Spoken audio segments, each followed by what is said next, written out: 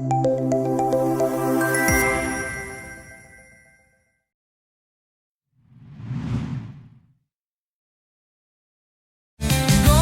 bareng MJH, ngobrol santai penuh makna. Bersama Prof. Muhammad Jafar Hapsah, cerita petani penuh inspirasi. Bismillahirrahmanirrahim. Assalamualaikum warahmatullahi wabarakatuh. Waalaikumsalam warahmatullahi wabarakatuh. Saudara, sahabat Yampih yang saya hormati, berada di seluruh Indonesia dan di mana saja berada, petani milenial, KTNA, Gapoktan, Poktan, ya, teman-teman organisasi profesi, organisasi kemasyarakatan pertanian, dan juga petani milenial dan pengusaha-pengusaha pertanian di bidang pertanian. Kita acara ngopi bareng MJH, yaitu bagaimana kita ngobrol tentang pertanian, pembangunan pertanian di Indonesia dengan Muhammad Jafar. Saudara Yampih yang saya hormati, sahabat-sahabat Yampih yang saya hormati, kali ini kita berbincang tokoh ya, dan juga tentunya kita akan mengupas, membahas, menguliti daripada aspek profesional beliaunya, juga baik sebagai inspektur jenderal di birokrasi maupun sebagai juga berkiprah di perkebunan besar.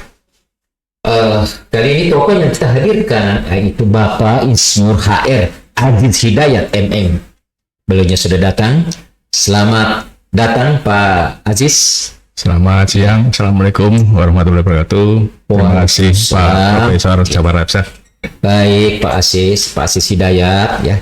Pak Aziz Hidayat ini adalah birokrat tulen namanya. Dan nanti setelah pensiun baru juga sambil beralih ke beberapa kegiatan-kegiatan yang berkaitan dengan perkebunan. Nah, beliaunya setelah tamat dari Staper ya, Staper itu terkenal ya, Staper itu terkenal di Yogyakarta. Yogyakarta ada sekolah pertanian yang dari dulu, malah lebih dulu kalau saya tidak salah daripada ITB ya, Staper itu. Nah, kemudian S2-nya di Master of Management College of Economics Management Universitas of the Philippines at Los Baños, di Los Baños. Ya, di Los Baños terkenal sekali, di sana ada IRI ya, International Rice Research Institute ya. Yang tadinya itu terkenal karena itu internasional. Kemudian yang tadinya mau ditempatkan di Indonesia Pak ya, tetapi satu dan lain hal Filipina yang mendapatkan, sehingga banyak sekali ahli-ahli pertanian kita ya berkiblat banyak hubungannya dengan IRI di Los Baños, dan di situ juga ada memang college-nya. Nah, kemudian Pak Aziz ini ya ternyata masuknya di pegawai di Kementerian Pertanian langsung nantrinya di inspektorat, namanya Inspektorat Jenderal ya. Nah, Inspektorat Jenderal adalah salah satu eselon 1 di kementerian. Semua kementerian punya Inspektorat Jenderal. Jadi ada Inspektorat Jenderal, kemudian ada Sekjen, Sekretariat Jenderal, ada Direktorat Jenderal, kemudian biasanya ada Badan. Itu biasa komponen-komponen daripada satu kementerian atau satu departemen ya namanya. Nah, Pak Aziz ini masuk di situ sejak tahun 1985 sampai 2016 ya. Dan berarti 31 tahun ya kurang lebih. Nah, beliau mulai dari ya floor price mulai dari level dasar ya, harga dasar dia, nilai dasar dia, sampai ke puncaknya yang disebut Inspektur Jenderal ya. Kementerian lembaganya namanya Inspektorat Jenderal, kalau pejabatnya namanya Inspektur Jenderal. Itu eselon 1A ya di kementerian dan puncak. Jadi itu kalau tentara ini 3 bintang itu ya, 3 bintang kalau pada ya. Nah, ya sebenarnya Pak Bintang sih, tapi ya tentaranya kita ya, tiga bintang dari situ ya. Tapi kan sudah puncak itu. Berapa angkat kita kan 4E. mentok Sudah mantap. ada lagi yang 4E. Nah, beliaunya mulai dari bawah, kemudian eselon 3, eselon 4, eselon 3, kemudian eselon 2. Kalau eselon 2 itu namanya inspektur ya, pernah inspektur. S1 ya itu tahun 2005 2010, kemudian terpilih menjadi inspektur jenderal. Jadi karirnya berjenjang ya. Nah, cuma sayangnya tidak tembus ke menteri, bukan? Syukuri. Ya, nasib sama, ya tidak tembus lagi ke menteri. Dan waktu itu tidak ada wamen yang bisa menangkap kita ya. Iya, Pak. Kita syukuri. Kita syukuri. Nah, jadi pemirsa, ini Pak Aziz ini. Nah, beliaunya ya kerjanya tentu menjadi inspektur jenderal, kemudian komisaris di BUMN. Sekarang yang komisaris BUMN itu wamen ya. Kepala Expo ya. Kemudian di Dijen Perkebunan 2006-2020, Government Advisor PT Smart ya. TBK, Ketua Bidang Perkebunan GAPKI ya. Ya. Kemudian saya juga banyak berhubungan dengan GAPKI, tapi dengan golf. Iya. Ya. Nah, saya kan sama-sama ini cuma duluannya dengan Pak Aziz. Ya, siapa? Nah, saya lihat itu Pak Aziz ya banyak yang ya. Saya tidak tahu apakah dia mencontoh saya ya. Membuat gerakan-gerakan membuat kita populer Pak Aziz ya. Nah, Pak Aziz kali ini inspektur jenderal, pintarnya Pak Aziz ini dia mengambil gerakan-gerakan ke inspektorat jenderal ya. Jadi misalnya green audit, zona integritas, pasti anti korupsi dan begitu permainannya Pak Haji. Saya ingat sekali, saya juga lirik Pak Haji itu karena gerakannya bukan inspektur jenderalnya, jujur saja bukan ya. Jadi pada waktu kita sama-sama eselon 1 ya, pokoknya saling saling mengintai ya. Karena kita merasa bahwa ya kita adalah birokrat tulen yang mempunyai terobosan Pak Haji ya. Nah, itulah Pak Haji. Dan sekarang ya, saudara-saudara sekalian, bagaimanapun dia salah satu stakeholders daripada pertanian ya, yang terdiri ada birokrasi pertanian tentunya, ada pengusaha pertanian, ada petani pertanian. Nah, kali ini kita tampilkan Pak Aziz sebagai birokratnya dari apa sih yang Pak Aziz lakukan ya kemaslahatan untuk pertanian. Pak Aziz ya, saya ya pertanyaan pertama saya sudah di PNR ini. Oke. Nah, Pak Aziz ya, perjalanan Bapak ya setelah lulus ya skipper atau ya bagaimana dulu berskipper itu ya? Kenapa tidak bergajah mada? Kenapa tidak berPD? Coba jelasin dulu Pak ya sampai tamat dah. Sambung saja bagaimana di Filipina kemarin dan sampai pengertian Pak ya. Terima kasih senior saya yang saya hormati Profesor Muhammad Jafar Hapsah, senior saya di Kementan dan juga sahabat juga di yayasan maupun di PWRI Pertanian. Ya. Pensiun. Yang saya banggakan sahabat Yampi ya, bulan ini adalah bulan bagus ya, bulan kemerdekaan bagi kita, sesuai dengan tadi yang disampaikan senior kami Pak Jafar Hapsah. Saya ingin memulai tadi pertanyaan beliau. Jadi sebetulnya dulu Pak, saya dulu daftarnya di ITB Pak, teknik sipil. Kemudian saya kan hobi melukis. Nah, ternyata gagal. Kemudian waktu sudah gagal, kemudian pilihannya hanya yang waktu itu swasta. Nah, saya lihat Stiper ini sekolah tinggi perkebunan satu-satunya di Indonesia waktu itu. Nah, kebetulan teman-teman SMA saya, teman SMP itu orang tuanya kan kerja di pabrik gula, dan dulu kehidupannya nyaman, sejahtera dibanding kami-kami yang biasa. Oleh karena itu ya akhirnya kami putuskan untuk sekolah tinggi perkebunan. Ya alhamdulillah di situ memang lulusnya lama. karena banyak sekali mata kuliah yang khusus, ya.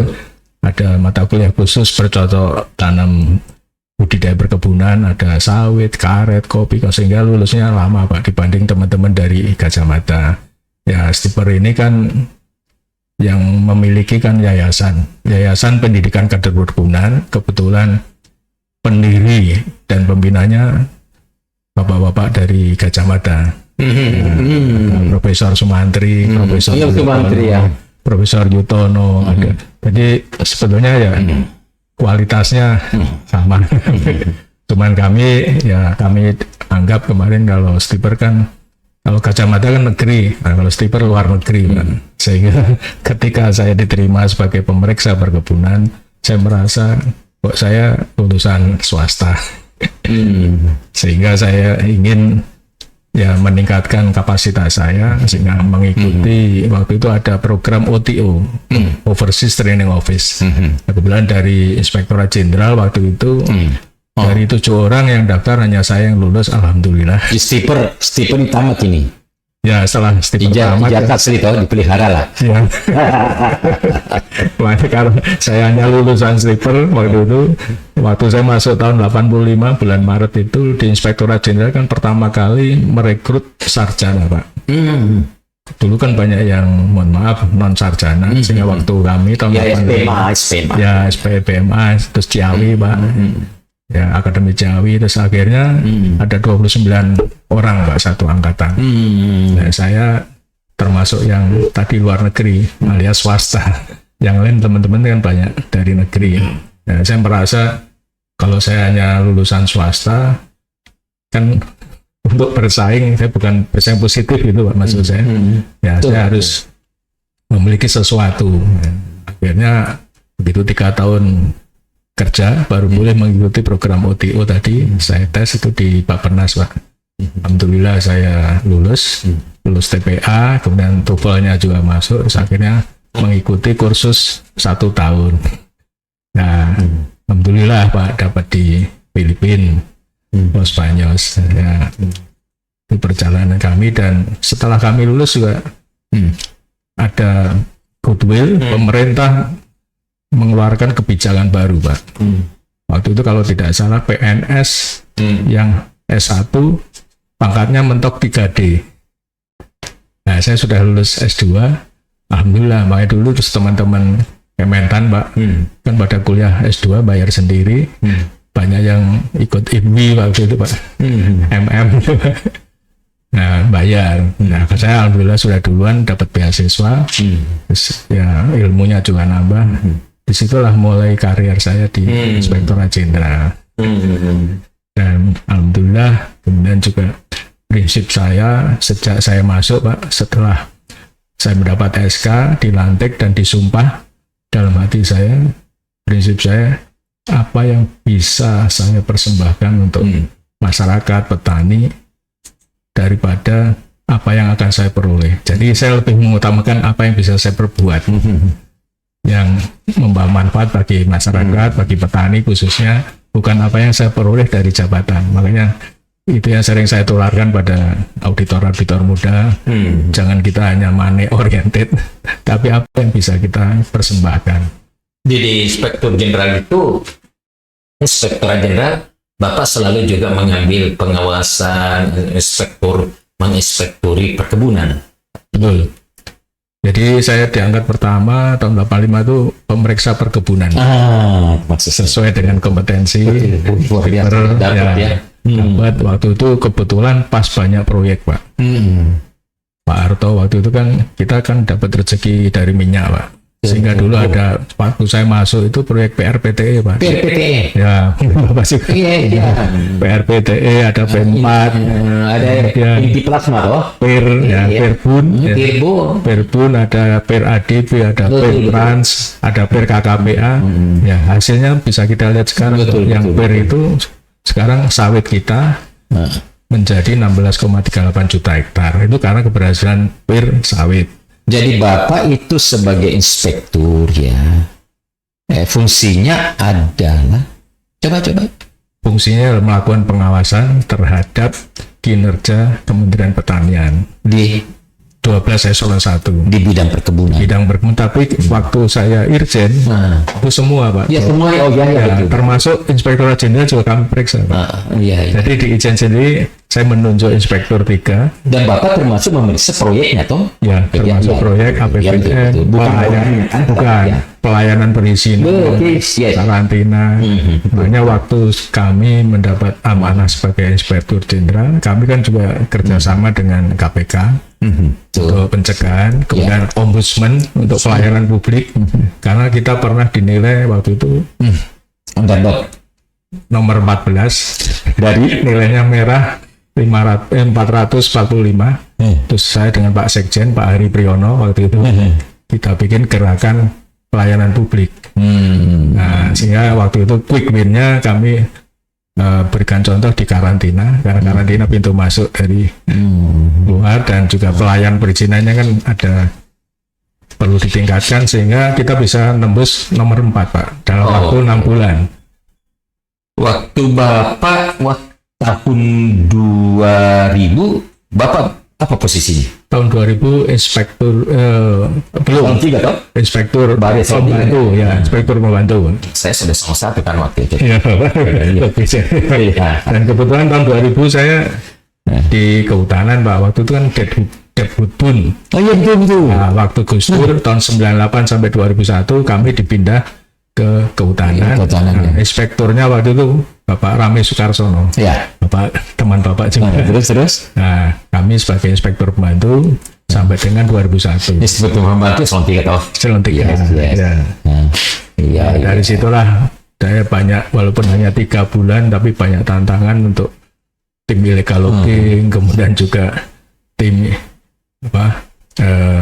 pemberantasan korupsi di kehutanan, perizinan HPH dan sebagainya. Ya, alhamdulillah. Pak Jis, saya itu tidak pernah disentuh oleh inspektur jenderal ya. Ya. Dalam aspek biasanya disentuh kalau ada masalah atau Pak, masalah apa.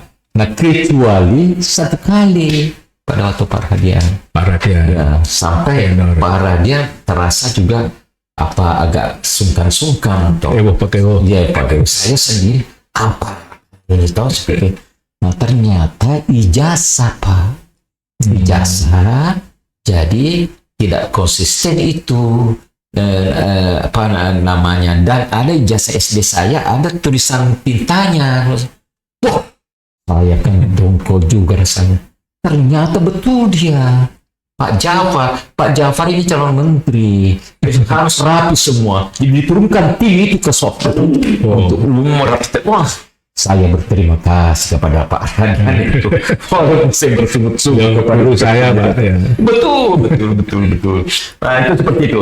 Nah, jadi pemirsa, ya ini ya tugas seorang inspektorat itu bahwa bagaimana memastikan bahwa semua pegawai-pegawai pertanian, pegawai-pegawai kementerian itu menjalankan tugas dengan baik, dan yang kedua objeknya juga pun diperiksa bahwa harus berjalan dengan baik. Berarti inspektorat jenderal itu memeriksa semua proyek-proyek dan apa saja termasuk non proyek di dalam pelaksanaan daripada pembangunan pertanian itu. Itulah.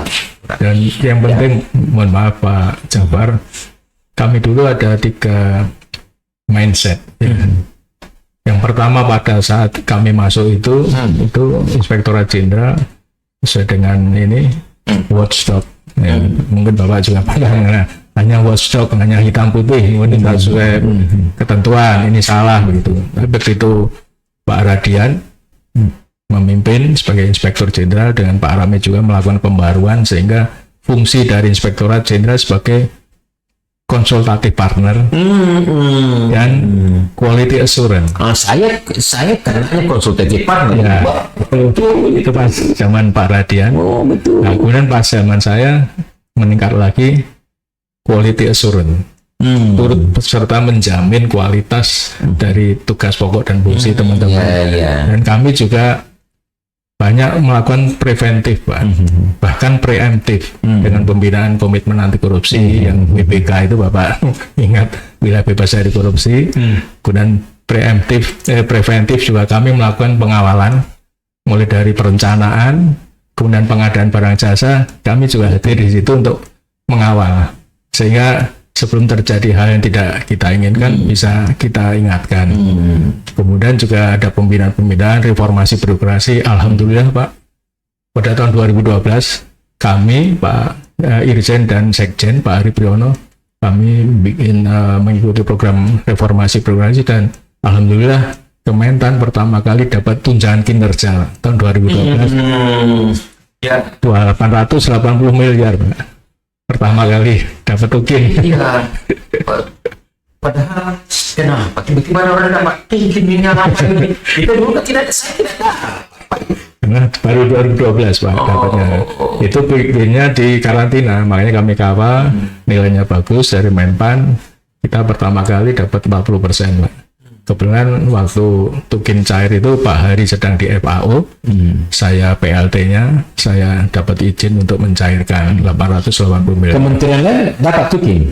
Hanya beberapa Pak, tidak, belum semuanya. Kementerian Keuangannya pasti. Ya, ya, BPK, ya, betul. Kejaksaan. Ya, dan itu ngerapel Pak, ngerapel setahun. Wih, banyak juga ya. Lumayan dapat mobil satu Pak.